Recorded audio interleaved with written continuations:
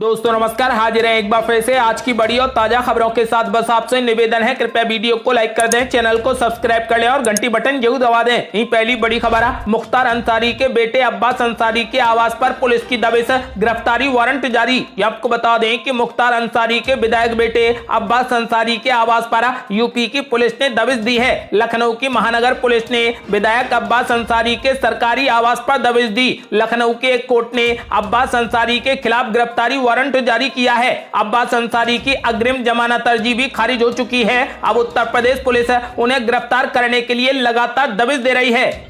अगली बड़ी खबर, मोदी सरकार पर जमकर बरसे पी चिदंबरम, बोले संसद निष्क्रिय हो गई, सांस लेने के लिए संघर्ष कर रहा लोकतंत्र। आपको बता दें कि कांग्रेस के वरिष्ठ नेता पी चिदंबरम ने कहा कि वो इस निष्कर्ष पर पहुंचे हैं कि संसद निष्क्रिय हो गई है। पी चिदंबरम ने आरोप लगाया कि संस्थानों को नियंत्रित और कमजोर किया जा रहा है या फिर उन पर कब्जा कर लिया गया है और देश में लोकतंत्र सांस लेने के लिए संघर्ष कर रहा है। पी चिदंबरम ने बीजेपी नेताओं के इस आरोप को भी खारिज कर दिया कि 5 अगस्त को किया गया कांग्रेस का प्रदर्शन नेशनल हेराल्ड मामले में ईडी की पूछताछ का सामना कर रहे पार्टी के शीर्ष नेतृत्व को बचाने की कोशिश था। उन्होंने कहा कि हमने घोषणा की थी और स्पष्ट भी किया था कि 5 अगस्त का प्रदर्शन केवल महंगाई, बेरोजगारी और अग्निपथ योजना के खिलाफ है। यदि लोग घोषणा को लेकर बहरे और अंधे होने का नाटक करते हैं तो इसमें हम क्या कर सकते हैं। पी चिदंबरम ने कहा कि नेशनल हेराल्ड मामले में तलब किए गए नेता अपना बचाव करने में खुद ही सक्षम हैं और पार्टी के सभी नेता उनके समर्थन में खड़े हैं।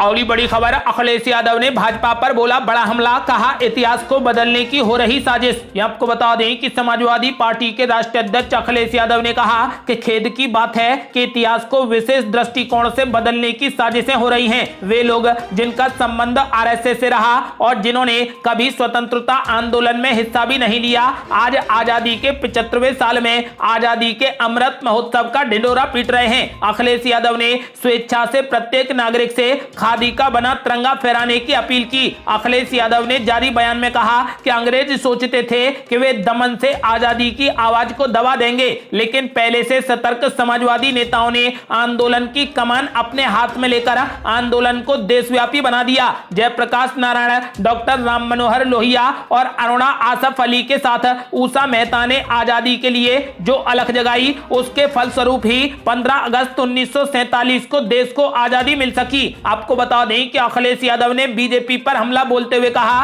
कि इतिहास को बदलने की साजिश हो रही है। अगली बड़ी खबर, सपा विधायक का विवादित बयान, बोले देश से इतनी मोहब्बत तो पहले अपने कार्यालय पर तिरंगा फहराए आरएसएस। आपको बता दें कि यूपी के मुरादाबाद जिले के कुंदर की विधानसभा क्षेत्र के समाजवादी पार्टी के विधायक जिया उर रहमान बर्क के विवादित बयान का एक वीडियो सामने आया है, जिसमें उन्होंने सत्तारूढ़ भारतीय जनता पार्टी और आरएसएस की तुलना आजादी से पहले देश पर राज करने वाले अंग्रेजों से की है। सपा विधायक ने अपने बयान में कहा कि केवल तिरंगा फहराने से देशभक्ति साबित नहीं होती, देश के प्रति वफादारी के लिए मुसलमानों को किसी प्रमाण पत्र की जरूरत नहीं है। ये लोग मुद्दों से भटकाना चाहते हैं, इसलिए मैं इसकी मुखालफत करता हूं। तिरंगा लहराने में कोई भी बुराई नहीं है, लेकिन ये लोग मुद्दे से भटकाना चाहते हैं, इसलिए मैं इनका विरोध करता हूं। विधायक द्वारा दिए गए बयानों का वीडियो सोशल मीडिया पर वायरल हो गया है। उन्होंने कहा कि हमारा देश आजाद जरूर हुआ है, लेकिन पहले देश पर अंग्रेज राज कर रहे थे, लेकिन आज वे लोग राज कर रहे हैं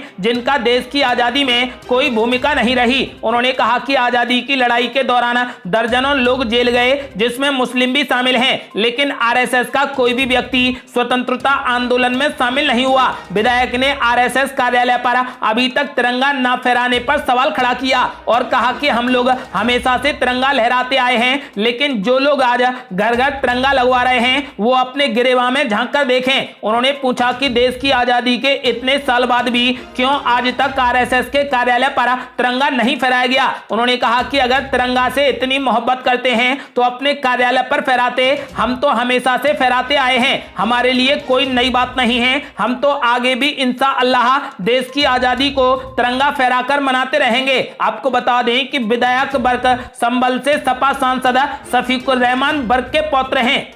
और ये बड़ी खबर, मायावती ने बुलडोजर की कार्रवाई पर उठाए सवाल, कहा बुलडोजर की राजनीति से मुक्ति जरूरी। ये आपको बता दें कि बसपा सुप्रीमो मायावती ने दिल्ली से आए पदाधिकारियों के साथ बड़ी बैठक की। इस दौरान उन्होंने केंद्र सरकार और दिल्ली सरकार पर जमकर निशाना साधा। उन्होंने कहा कि सरकारें गरीबों को ही क्यों उजाड़ती हैं, इस मामले में कोर्ट के दखल से लोगों को थोड़ी राहत जरूर मिली है, वरना दिल्ली के लोग भी बुलडोजर के विध्वंस का आतंक झेल रहे होते। देश जबरदस्त महंगाई, गरीबी और बेरोजगारी के दौर से गुजर रहा है, लेकिन सरकार इनकी अनदेखी कर रही है। पूर्व मुख्यमंत्री मायावती ने बुलडोजर की कार्रवाई पर निशाना साधते हुए कहा कि यूपी, मध्य प्रदेश, गुजरात और असम में बुलडोजर की विध्वंसक और विभाजक राजनीतिक खेल से मुक्ति की जरूरत है। दरअसल मायावती का इशारा इन राज्यों की मौजूदा सरकारों की कार्यनीति पर था। उन्होंने ये भी कहा कि केंद्र सरकार और दिल्ली की सरकारों को स्वार्थ से ऊपर उठकर काम करना चाहिए। मायावती ने कहा कि बसपा के संवैधानिक व मानवतावादी शक्ति को देश की राजनीति और सत्ता में समुचित भागीदारी की जरूरत है, वरना बड़े बड़े पूंजीपतियों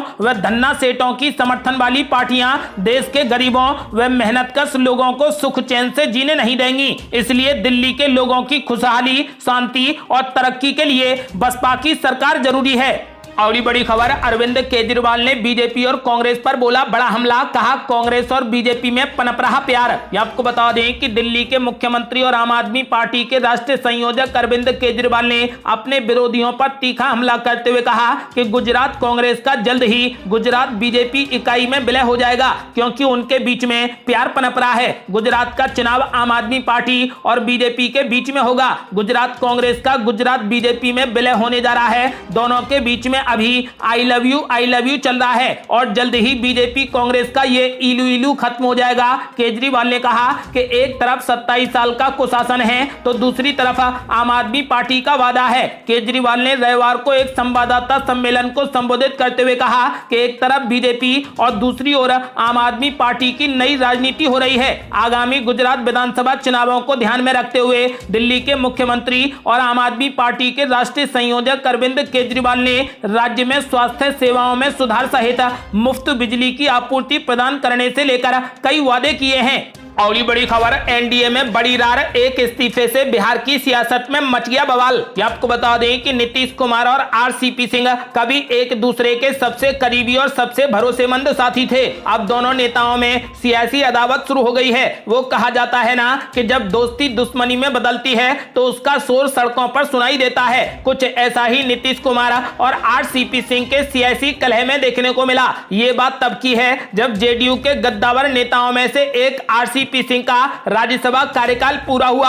आरसीपी सिंह को जेडीयू ने तीसरी बार राज्यसभा का टिकट नहीं दिया, जिसकी वजह से उनको मोदी के मंत्रिमंडल से इस्तीफा देना पड़ा। अब आरसीपी सिंह ने जेडीयू से भी इस्तीफा दे दिया है, जिसके बाद से बिहार की सियासत में घमासान मचा है। अगली बड़ी खबर, महाराष्ट्र में 15 अगस्त से पहले होगा कैबिनेट विस्तार, देवेंद्र फडणवीस को मिलेगा गृह विभाग। ये आपको बता दें कि महाराष्ट्र के मुख्यमंत्री एकनाथ शिंदे 15 अगस्त से पहले कम से कम 15 मंत्रियों को शामिल कर अपने मंत्रिमंडल का विस्तार कर सकते हैं और उप मुख्यमंत्री देवेंद्र फडणवीस के महत्वपूर्ण गृह विभाग संभालने की उम्मीद है। सूत्रों ने इस बात की जानकारी दी। शीर्ष सरकारी सूत्रों ने यह भी कहा कि उच्चतम न्यायालय द्वारा अन्य पिछड़ा वर्ग आरक्षण के मुद्दे पर सुनवाई के कारण राज्य में निकाय चुनाव में देरी हो रही है। आपको बता दें कि फिलहाल सूत्रों के मुताबिक महाराष्ट्र में कैबिनेट विस्तार 15 अगस्त से पहले होगा। अगली बड़ी खबर, श्रीनगर में मुहर्रम का जुलूस रोकने के लिए कई इलाकों में लगी कर्फ्यू जैसी पाबंदियां। आपको बता दें कि श्रीनगर में अधिकारियों ने सिया समुदाय के लोगों को मुहर्रम का जुलूस निकालने से रोकने के लिए कर्फ्यू जैसी पाबंदियां लागू की हैं। अधिकारियों ने बताया कि श्रीनगर शहर के कई इलाकों में लोगों की आवाजाही तथा उनके एकत्रित होने पर पाबंदियां लगाई गई हैं। उन्होंने बताया कि मुहर्रम के 8वें दिन कानून एवं व्यवस्था की स्थिति बनाए रखने के लिए पाबंदियां लगाई गई हैं। मुहर्रम 10 दिन तक मनाया जाने वाला शौक है। अधिकारियों ने बताया कि किसी भी अप्रिय घटना से बचने के लिए सुरक्षा बलों को तैनात किया गया है। जिन इलाकों में पाबंदियां लगाई गई हैं वहां दुकानें तथा अन्य व्यावसायिक प्रतिष्ठान बंद हैं, जबकि सार्वजनिक वाहन सड़कों से नदारद हैं। उन्होंने बताया कि जिला प्रशासन ने कानून एवं व्यवस्था की स्थिति बनाए रखने के लिए कुछ मार्ग पर मुहर्रम का जुलूस नहीं निकालने देने का फैसला किया है। अगली बड़ी खबर, शिवसेना के बाद अब एनसीपी में पड़ी बड़ी फूट। एकनाथ शिंदे गुट में शामिल हुए पार्टी के सैकड़ों कार्यकर्ता।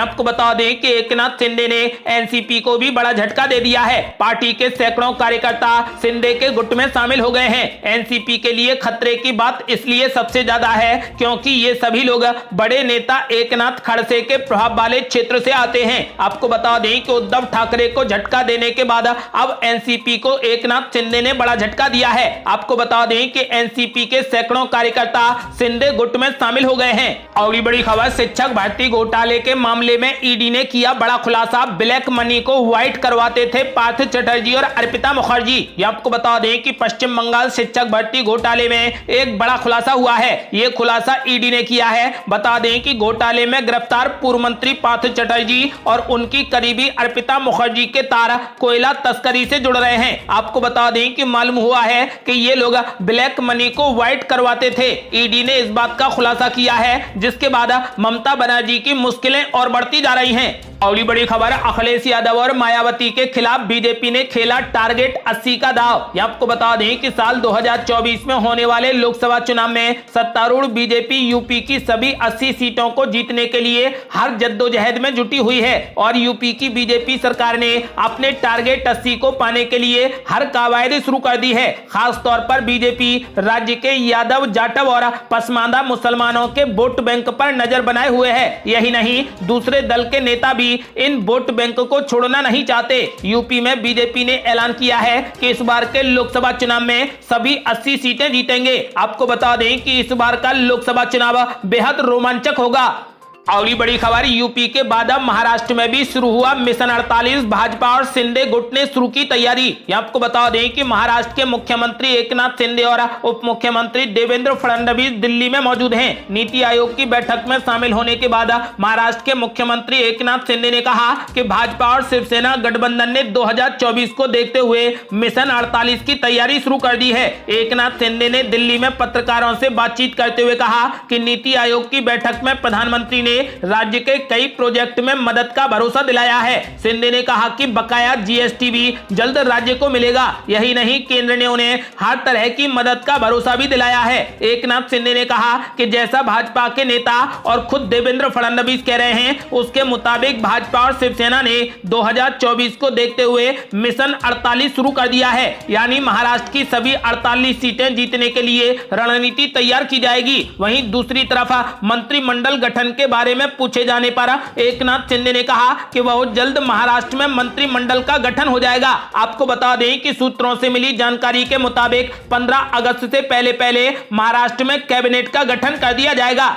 अगली बड़ी खबर, ममता बनर्जी ने महुआ मोइत्रा को दी माफी मांगने की नसीहत। कहा गलतियां सुधारी जा सकती हैं। ये आपको बता दें कि मां काली पर बयान देकर घिनी अपनी पार्टी की सांसद को ममता बनर्जी ने इशारों में माफी मांगने की नसीहत दी है। उन्होंने कहा कि लोग गलतियां करते हैं लेकिन उन्हें सुधारा भी जा सकता है। कोलकाता में स्टूडेंट क्रेडिट कार्ड बांटने के दौरान ममता बनर्जी ने ये बात कही। उन्होंने महुआ मोइत्रा का नाम लिए बिना ही कहा कि हम जब काम करते हैं तो गलतियां भी करते हैं लेकिन उन्हें सुधारा जा सकता है। कुछ लोग तमाम अच्छे कामों को नहीं देखते हैं और अचानक चिल्लाना शुरू कर देते हैं। नकारात्मकता हमारे दिमाग के सेल्स को प्रभावित करती है, इसलिए सकारात्मक विचार ही मन में लाएं। ममता बनर्जी ने यह टिप्पणी ऐसे वक्त में की है जब पार्टी की सांसद महुआ मोइत्रा मां काली पर दिए अपने बयान को लेकर घिरी हुई हैं। हिंदू संगठनों के अलावा विपक्षी दल भाजपा भी हमलावर है। वहीं महुआ मोइत्रा का कहना है कि वो अपने बयान पर कायम रहेंगी और उन्होंने कुछ भी गलत नहीं कहा। असम, मध्य प्रदेश, पश्चिम बंगाल समेत कई राज्यों में महुआ मोइत्रा के खिलाफ शिकायतें दर्ज कराई गई हैं और उनसे माफी की मांग की जा रही है। लेकिन महुआ मोइत्रा ने साफ कर दिया है कि मैं इस पर मरने तक कायम रहूंगी। एफआईआर दर्ज करो, मैं हर अदालत में उसका सामना करूंगी। अगली बड़ी खबर, पार्थ चटर्जी ने अदालत में लगाई गुहार। कहा छोड़ दूंगा विधायकी अगर जमानत मिल जाए। ये आपको बता दें कि पश्चिम बंगाल के पूर्व मंत्री पार्थ चटर्जी के वकील ने जमानत की गुहार लगाते हुए कहा कि वो अब राजनीतिक व्यक्ति नहीं है। समाचार एजेंसी ANI के अनुसार उन्होंने कोलकाता में अदालत से कहा कि यदि आवश्यक हो तो वो विधायक पद छोड़ सकते हैं। बेहाला दक्षिण से तृणमूल कांग्रेस के विधायक पार्थ चटर्जी को पिछले सप्ताह मंत्री पद से बर्खास्त कर दिया गया था और पार्टी से निलंबित कर दिया गया था। अदालत ने हालांकि जमानत के लिए दलीलें नहीं सुनी हैं और अर्पिता मुखर्जी समेत पार्थ चटर्जी को 14 दिनों की न्यायिक हिरासत में भेज दिया। आपको बता दें कि पार्थ चटर्जी ने इस दौरान अदालत में कहा कि उन्हें जमानत मिलनी चाहिए। उन्होंने कहा कि वो अब राजनीतिक व्यक्ति नहीं हैं, यदि आवश्यक हो तो वो विधायक पद छोड़ सकते हैं। उधर अर्पिता मुखर्जी ने जमानत नहीं मांगी बल्कि जेल में विशेष सुरक्षा की मांग की, जिसे विशेष अदालत ने मंजूरी दे दी। ईडी ने मांगों पर सहमति जताई, कहा कि जेल में उनकी जान को खतरा है, इसलिए उन्हें जेल में भोजन और पानी देने से पहले परीक्षण किया जाना चाहिए। अगली बड़ी खबर, पार्थ चटर्जी को फिर लगेगा बड़ा झटका। ममता बनर्जी ने चटर्जी के भरोसेमंद नौकरशाहों पर शुरू किया एक्शन। आपको बता दें कि शिक्षक भर्ती घोटाले में गिरफ्तार हुए पश्चिम बंगाल के पूर्व मंत्री पार्थ चटर्जी पर ममता बनर्जी एक्शन ले रही हैं। उन्हें मंत्री पद और पार्टी के सभी विभागों में दिए पद से मुक्त किया जा चुका है। अब मुख्यमंत्री ममता बनर्जी ने पार्थ चटर्जी के भरोसेमंद नौकरशाहों पर भी एक्शन लेना शुरू कर दिया है। दो नौकरशाहों को राज्य के कार्मिक और प्रशासनिक सुधार विभाग से अनिश्चित काल के लिए अनिवार्य प्रतीक्षा पर भेज दिया है। बता दें कि ये विभाग सीधे तौर पर ममता बनर्जी के नियंत्रण में है। दिलचस्प बात यह है कि ममता बनर्जी ने बीते रोज पीएम नरेंद्र मोदी से भी मुलाकात की थी। और बड़ी खबर, जेडीयू और बीजेपी में तनातनी के बीच बिहार की सियासत से आई बड़ी खबर। मुख्यमंत्री नीतीश कुमार ने सोनिया गांधी से किया संपर्क। ये आपको बता दें कि जेडीयू के पूर्व राष्ट्रीय अध्यक्ष आरसीपी सिंह के इस्तीफा देने के बाद बिहार की राजनीति ज्यादा गर्मा गई है। अब सूत्रों के हवाले से खबर आ रही है कि बिहार के मुख्यमंत्री नीतीश कुमार ने कांग्रेस अध्यक्ष सोनिया गांधी से संपर्क किया है और अगले 24 घंटे में बिहार में तस्वीर साफ हो सकती है। जेडीयू और बीजेपी में तनातनी के बीच कई तरीके के कयास लगाए जा रहे हैं। कयास ये भी लगाए जा रहे हैं कि जेडीयू कांग्रेस के साथ हाथ मिला सकती है। मुख्यमंत्री नीतीश कुमार ने जनता दल यूनाइटेड के सभी विधायकों और सांसदों की बड़ी बैठक बुलाई है, जिससे अटकलें लगाई जा रही हैं कि बीजेपी के साथ में पार्टी गठबंधन तोड़ सकती है। ये थी अब तक की बेहद बड़ी खबरें। यदि आप भी चाहते हैं कि भारत जल्द से जल्द कोविड मुक्त हो जाए तो इस वीडियो को लाइक कर अपनी राय हमें कमेंट बॉक्स में जरूर दें। यदि आपने अभी तक हमारे चैनल को सब्सक्राइब नहीं किया है तो कृपया चैनल को सब्सक्राइब कर घंटी बटन जरूर दबा दें। जल्दी मिलते हैं बड़ी अपडेट के साथ, तब तक के लिए जय हिंद, जय भारत।